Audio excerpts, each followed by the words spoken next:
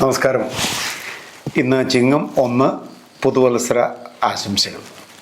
ചിങ്ങം എന്ന് പറയുന്നത് വെറുമൊരു കലണ്ടർ മാറ്റം മാത്രമാണോ? അല്ലെന്നാണ് എൻ്റെ അഭിപ്രായം.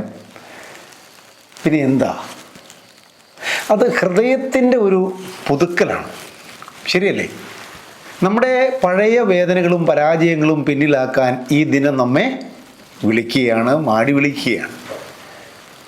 നമ്മുടെ ആ പഴയ കണ്ണുനീരുണ്ടല്ലോ, അത് ചിരിയിൽ കലർത്തിയാൽ നമ്മുടെ ജീവിതം തന്നെ ഉത്സവമാകും. വയലോപ്പള്ളി കുറിച്ചിട്ട കവിവാക്യം ഈ അവസരത്തിൽ ഓർമ്മ വരികയാണ്. പുതിയ പുലരിയിൽ പുതുവഴികൾ, പുതിയ ചിരിയിൽ പുതുയാത്രകൾ.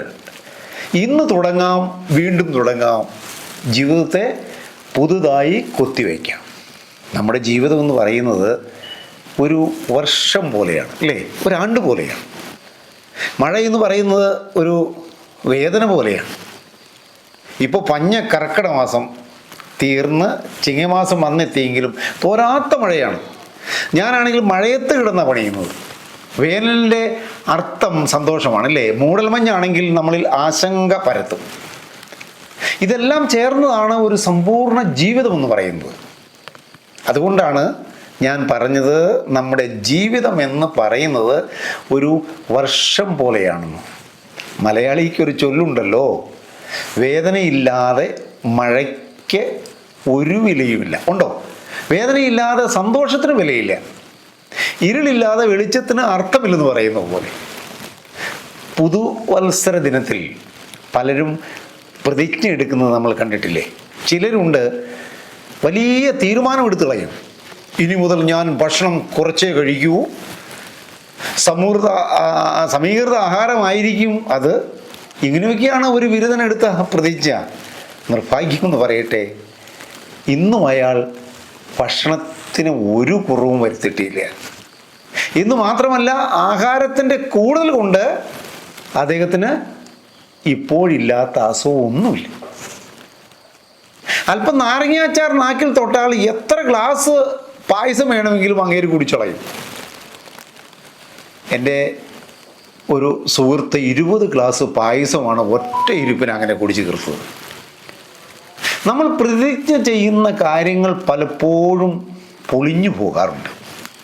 ചെറിയ കാര്യങ്ങൾ സ്ഥിരമായി ചെയ്താൽ വലിയ മാറ്റങ്ങൾ വരും, യാതൊരു സംശയവുമില്ല അതിന്.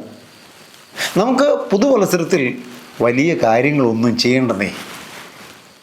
ഈ കൊച്ചു കൊച്ചു കാര്യങ്ങളൊന്ന് ചെയ്യാൻ പറ്റുമോ എന്ന് നോക്കാവോ? ഉദാഹരണത്തിന്, സ്വയം സ്നേഹിക്കുക, സെൽഫ് ഹെൽപ്പ് ചെയ്യുക, സെൽഫ് റെസ്പെക്റ്റ് ഉണ്ടാക്കിയെടുക്കുക, കുടുംബത്തോട് കൂടി കൂടുതൽ സമയം ചെലവഴിക്കാൻ സമയം കണ്ടെത്തുക, ഒരു നല്ല ശീലം അങ്ങോട്ട് തുടങ്ങാം.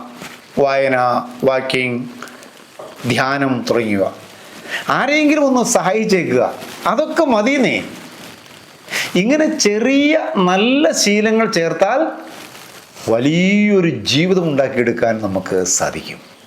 അതുകൊണ്ടല്ലേ പറയുന്നത്, വിദ്യാഭ്യാസത്തിന് പോലും ചെയ്യാൻ കഴിയാത്തത് ശീലങ്ങൾക്ക് ചെയ്യാൻ സാധിക്കുമെന്ന്. പഴയ കാലത്ത് ഒരു ഗുരു ശിഷ്യനോട് പറഞ്ഞ കാര്യം അറിയാമോ? പുതുവത്സര ദിനത്തിൽ വലിയ പ്രതിജ്ഞയൊന്നും വേണ്ടെന്നാണ് പറഞ്ഞത്.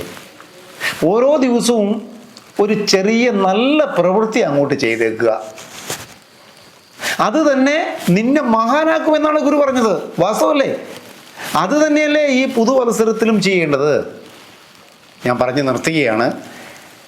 ഈ ചിങ്ങത്തിൻ്റെ പുലരി നമ്മോട് പറയുന്നത്, ജീവിതം വീണ്ടും തുടങ്ങാം, പുതിയ സ്വപ്നങ്ങൾക്ക് ചിറകുകൾ വിരിയിക്കാം, പുതിയ ചിരികൾ വിതറി നടക്കാം. ജീവിതം നമ്മെ പരീക്ഷിക്കുമ്പോൾ ആത്മവിശ്വാസം പൂരിക്കുന്ന പുഞ്ചിരിയോടെ മറുപടി പറയാം. അതാണ് പുതുവത്സരത്തിൻ്റെ യഥാർത്ഥ സന്ദേശം. ഒരിക്കൽ കൂടി പുതുവത്സര ആശംസകൾ നേർന്നുകൊണ്ട് നന്ദി, നമസ്കാരം. ഈ വീഡിയോ ഇഷ്ടപ്പെട്ടാൽ നിങ്ങൾ ഷെയറും സബ്സ്ക്രൈബൊക്കെ ചെയ്യണമെന്ന് പ്രത്യേകമായി അഭ്യർത്ഥിക്കുന്നു. നന്ദി, നമസ്കാരം.